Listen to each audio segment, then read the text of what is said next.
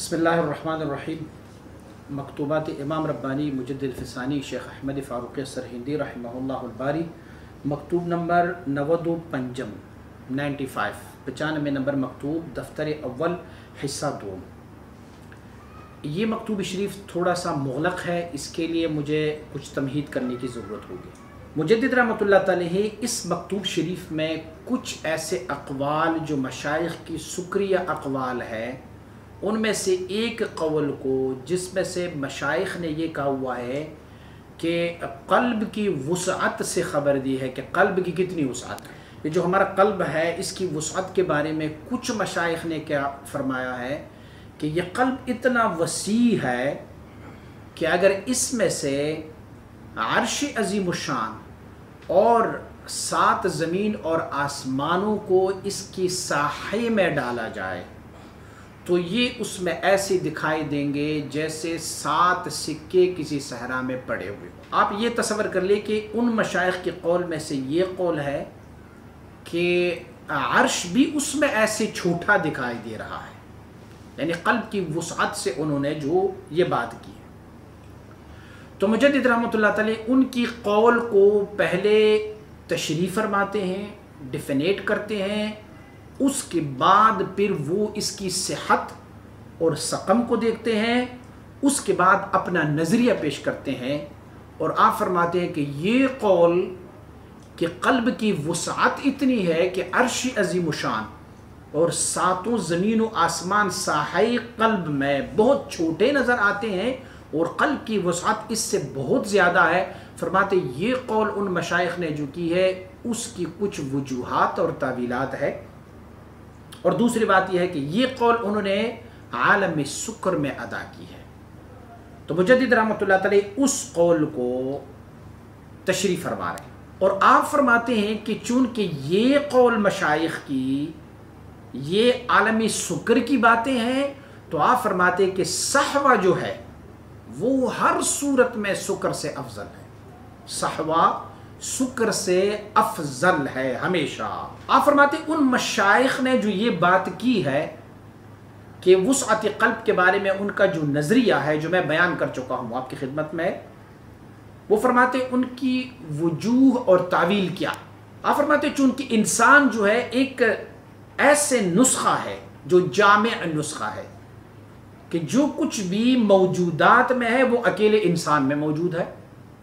مثلا ایک اور مکتوب شریف میں آپ ارشاد فرماتے ہیں کہ انسان کو عالم صغیر کہتے ہیں اور کائنات کو عالم کبیر کہتے ہیں۔ جو کچھ عالم کبیر میں ہے وہی سب کچھ عالم صغیر میں ہے، تو یہ ایک جامع نسخہ ہوا۔ دیکھیں ہم حکیم صاحب کی کوئی نسخے کو لیتے ہیں نا تو ہم کہتے ہیں حکیم صاحب ہمیں نسخہ لکھ کے دو، مطلب یہ ہوتا ہے کہ متعدد اجزاء کو اکٹھا کر کے وہ ایک ہی نسخہ بناتے ہیں۔ وہ کہتے ہیں اجوائن بھی لو، ہرمل کے دانی بھی لو، کوئی حریر سفید بھی لو، زیرہ بھی اس میں شامل کر لو، اس میں سے فلاں چیزیں، مجموعہ چیزیں اکٹھے کر کے جب وہ ایک ہی چیز کو منتخب کرتے ہیں تو اسے ہم کہتے ہیں نسخہ۔ تو مجدد رحمۃ اللہ تعالی فرماتے ہیں چونکہ عالم کبیر میں جو کچھ بھی ہے وہ عالم صغیر میں موجود ہے۔ مثلا عالم کبیر میں کیا ہے؟ عالم کبیر میں آگ ہے، انسان میں بھی اس آگ سے ایک جز ہے۔ عالم کبیر میں خاک ہے تو انسان میں بھی اس کا ایک جز موجود ہے۔ عالم کبیر میں آب ہے، پانی ہے، انسان میں بھی وہ پانی شامل ہے۔ عالم کبیر میں ہوا موجود ہے، ان میں سے بھی انسان میں بھی ہوا موجود ہے۔ اچھا، کچھ ایسی چیزیں ہیں کہ جس کو ہم بظاہر تو نہیں دیکھ پا رہے ہیں لیکن وہ بھی انسان میں شامل ہے، جیسے مثلا کوئی یہ اعتراض کر سکتا ہے کہ عالمی امکان میں کیا موجود ہے؟ عالم امکان میں عرش عظیم الشان موجود ہے۔ آپ مجھے بتائیں کہ آپ کہہ رہے ہیں جو کچھ عالم کبیر میں موجود ہے وہی کچھ عالم صغیر میں موجود ہے، تو آپ مجھے بتائیں کہ جو عالم کبیر میں عرش عظیم الشان موجود ہے تو کیا انسانی جسم میں بھی کوئی عرش موجود ہے؟ تو مجدد رحمۃ اللہ تعالی فرماتے ہیں کہ انسانی جسم میں بھی عرش موجود ہے، اور وہ عرش کیا ہے؟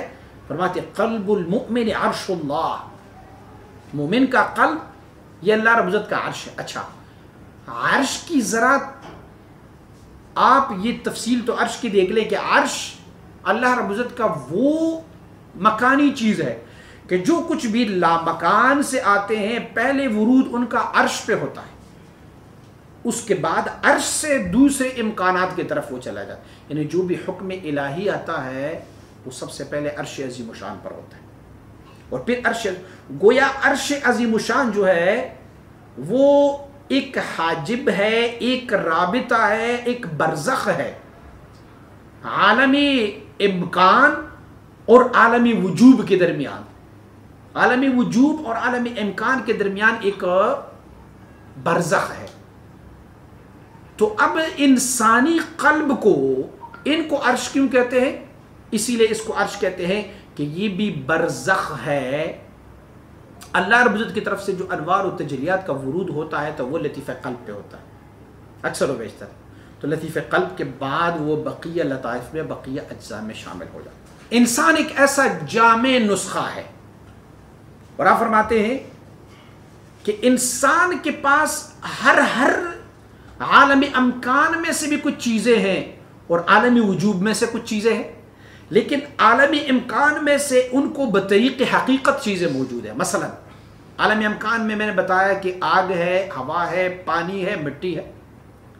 تو انسان میں حقیقتاً بھی یہ چیزیں موجود ہیں، اور جو چیزیں مرتبہ وجوب میں ہے وہ بھی انسان میں شامل ہے، لیکن بطریق صورتاً اس میں شامل ہے، حقیقتاً وہ شامل نہیں ہے. مثلا کیا صورتاً؟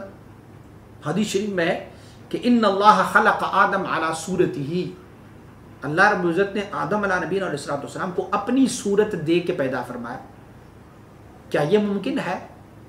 اللہ تو بے صورت ہے، اللہ کے لیے جسم نہیں ہے، اللہ کے لیے طرف نہیں ہے، اللہ کے لیے مکان نہیں ہے، اللہ کے لیے جسم ثابت نہیں ہے. تو آدم علیہ نبینا علیہ الصلوۃ والسلام کو کیسے اللہ رب العزت نے اپنی صورت پہ پیدا فرمایا؟ اس میں محدثین نے بہت تعویلات فرمائی ہیں، اور کچھ محدثین کا قول یہ ہے کہ یہ ان الفاظ میں سے ہے جو متشابہات ہیں. جو متشابہات الفاظ ہیں ان میں سے ہے جیسے کہ الرحمن علی العرش استویٰ ہے، یا پھر دوسرے جو ہمارے متشابہات کاف ہا یا عین صاد حروف مقطعات ہے، لیکن اسے بھی حروف متشابہات میں سے گنے جاتے ہیں. لیکن کچھ لوگوں نے، کچھ مشائخ نے، کچھ محدثین نے اس کی تعریف فرمائی کہ ان اللہ خلق آدم علی صورتہ کا مطلب کیا ہوگا؟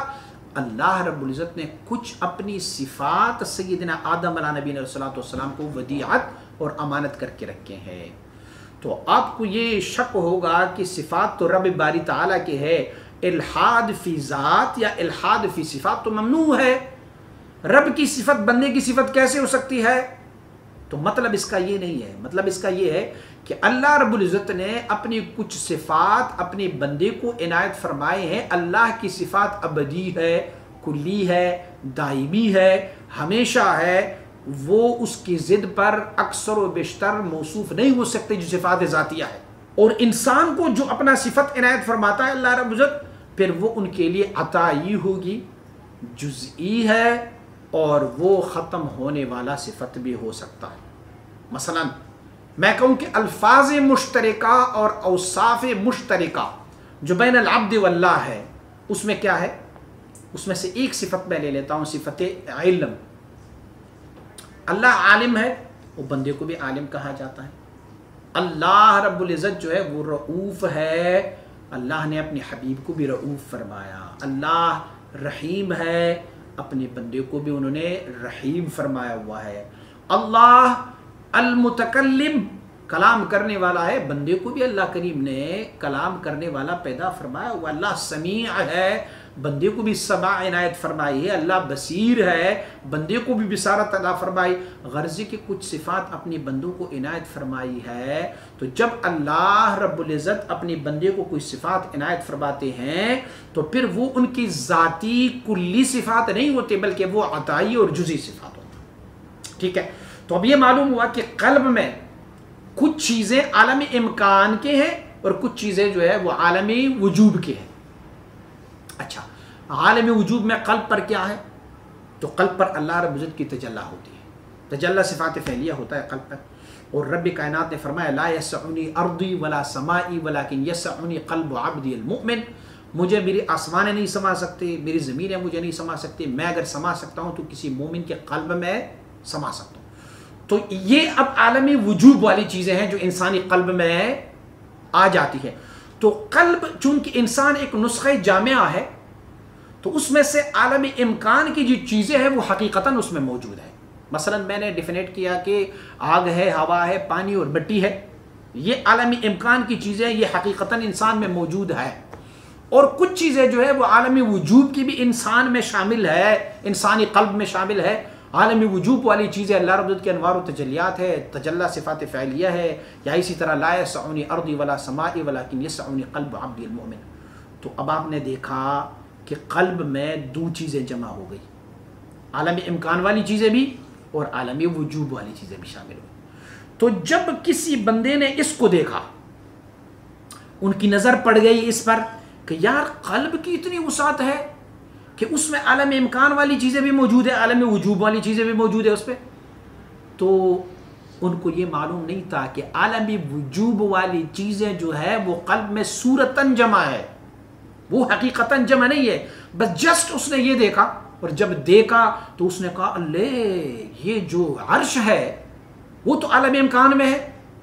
تو جب عرش عالم امکان میں ہوا، زمین و آسمان عالم امکان میں ہے، تو پھر اس میں سے عالمی وجوب والی کوئی چیزیں شامل نہیں ہے، اور قلب اتنا ہے کہ اس میں عالمی وجوب والی چیزیں بھی شامل ہے اور عالم امکان والی چیزیں بھی شامل ہے۔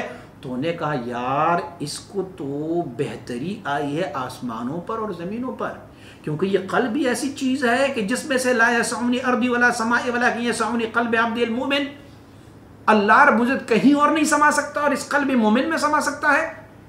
تو پھر تو قلب کو اتنی وسعت ہونی چاہیے نا۔ اللہ جتنا کبیر ہے، اللہ جتنا اکبر ہے، وہ اکبر اور کبیر باوجود اکبریت اور کبریت کی، وہ اگر کسی قلب میں سما سکتے ہیں تو پھر قلب کی وسعت کتنی ہوگی؟ یار جبریل علیہ نبی علیہ السلام کی وسعت حضور نبی اکرم صلی اللہ علیہ وسلم بارے کو دکھائی دی۔ پھر کیا تھا؟ جبریل علیہ نبی علیہ السلام کے ایک پر مشرق میں تھا، ایک پر مغرب میں تھا، پوری ساحہ آسمان کو انہوں نے گھیر لیا تھا۔ جب گھیر لیا تھا تو حضور نبی اکرم صلی اللہ علیہ وسلم نے جب ان کی وسعت کو دیکھی افق میں، تو ایک وہاں دیکھا تھا، پھر نزلتاً اخرى دیکھا، دوبارہ بھی دیکھا تھا فی سدرۃ المنتہی، سورہ نجم اگر آپ پڑھیں گے تو اس میں سے۔ تو اگر جبریل علیہ نبی علیہ السلام کی اتنی وسعت ہے تو پھر میری رب کائنات جو جبریل کا رب ہے، جو کائنات کا رب ہے، جو مالک الملک ہے، پھر ان کی وسعت کتنی؟ تو جب کسی سالک نے قلب کی ان دو چیزوں کو آپس میں مجتمع کر کے دیکھا کہ عالم امکان والی چیزیں اور عالم وجوب والی چیزیں یہ دونوں اس قلب کی ساحے میں سما سکتے ہیں، تو پھر انہوں نے لا محال اقرار کیا واہ کیا وسعت ہے اس قلب کی، تو آسمان زمین اور اسی طرح عرش عظیم الشان سارے اس ساحہ قلب میں جو ہے وہ گم ہو جاتے ہیں۔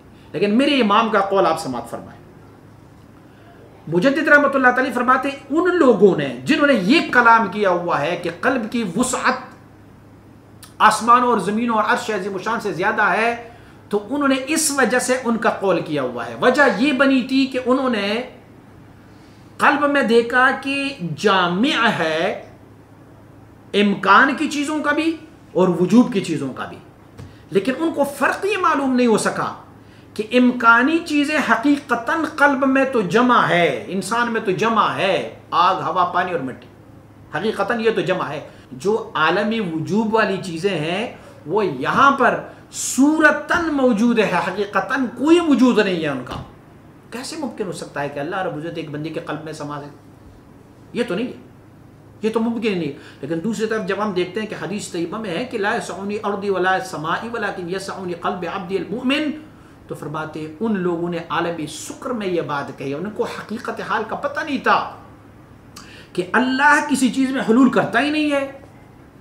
یہ تو ہماری وحدت الوجود والوں کا مسئلہ ہوا کہ اللہ رب العزت نے حلول کیا ہوا ہے، اللہ رب العزت نے احاطہ کیا ہوا ہے، اللہ رب العزت جو ہے وہ اشیاء بالکل موجود نہیں ہے اور سب جو ہے وہ ذات ہے۔ تو آپ فرماتے ہیں کہ انہوں نے اس کی حقیقت حال کی برعکس قول کی ہے، کیونکہ جو قلب میں عالمی وجوب والی چیزیں دکھائی دیتی ہیں وہ حقیقتاً نہیں ہے، وہ صورتاً ہے۔